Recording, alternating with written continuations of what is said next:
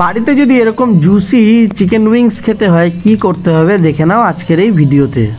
প্রথমে বাজারে মাংসের দোকান থেকে কিছু চিকেন উইংস কিনে নিয়ে ভালো করে ধুয়ে তারপর নুন ও জিঞ্জার গার্লিক পেস্ট মাখিয়ে রেখে দেবো কিছুক্ষণ। তারপর লেবু অ্যাড করে তার সঙ্গে একটুখানি ময়দা দিয়ে ভালো করে মাখিয়ে নেব মাংসগুলোকে। নুন, লেবু, জিঞ্জার গার্লিক পেস্ট মাখিয়ে ফ্রিজে রেখে দেবো আধ ঘন্টা মতো।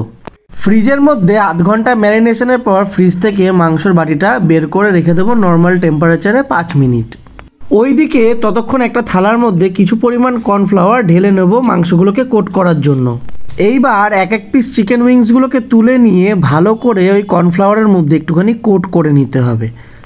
আর খেয়াল রাখতে হবে যেন এক্সট্রা কর্নফ্লাওয়ার লেগে না থাকে, তাই জন্য ভালো করে একটুখানি ঝাঁকিয়ে এক্সট্রা কর্নফ্লাওয়ারগুলোকে ঝেড়ে নিতে হবে।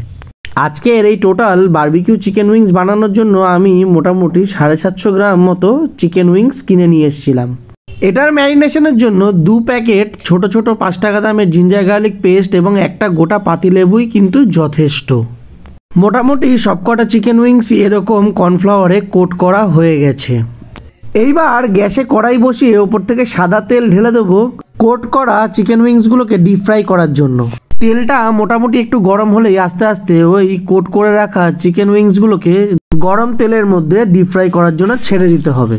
এই সময় তেলটাকে কিন্তু মিডিয়াম টু লো ফ্লেম করে রাখতে হবে, না হলে ওপরটা পুড়ে যাবে আর ভেতরটা কুক হবে না।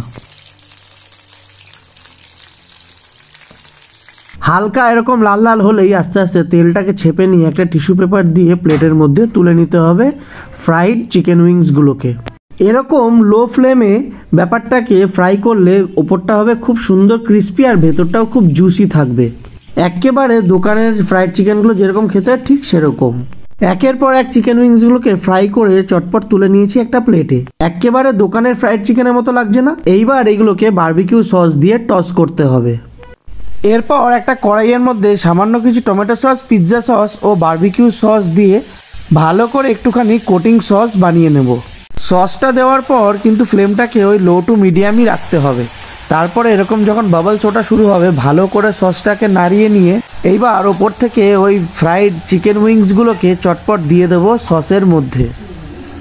ওপর থেকে ফ্রাইড উইংসগুলো সসের মধ্যে দিয়ে দেওয়ার পর ভালো করে ওই সসের সাথে টস করে নিতে হবে, যাতে প্রত্যেকটা চিকেন উইংসের মধ্যে সসটা ভালো করে আষ্টে পিষ্টে চারিধারে লেগে যায়। এরপর ফ্লেমটাকে একটুখানি বাড়িয়ে নিয়ে ভালো করে স্মোকিভাবে জিনিসটাকে টস করে নিতে হবে। ব্যাস, আমাদের কিন্তু স্মোকি চিকেন উইংস রেডি হয়ে গেছে। এইবার কড়াই থেকে গরম গরম ব্যাপারটাকে একটা প্লেটের মধ্যে সুন্দর করে প্লেটিং করে নিয়ে সার্ভ করে দিলেই কিন্তু চটপট খুশি হয়ে যাবে অতিথিরা। কি ব্যাপারগুলো দেখে বেশ লোভনীয় লাগছে কিনা কমেন্ট করে কিন্তু আমাকে অবশ্যই জানাবে। বানিয়ে যেমন দেখালাম খেয়েও তো তেমনি রিভিউটা দিতে হবে। ফার্স্ট বাইটটা দেওয়ার পর যেটা বুঝলাম ব্যাপারটার ভেতরটা কিন্তু বেশ জুসি হয়েছে আর ওপরটা বেশ ক্রিস্পি। ভিডিওটা ভালো লাগলে বন্ধুদের সাথে শেয়ার করো আর পারলে আমার চ্যানেলটাকে সাবস্ক্রাইব করে দিও। দেখা হচ্ছে অন্য কোনো ভিডিওতে, ততক্ষণের জন্য টাটা।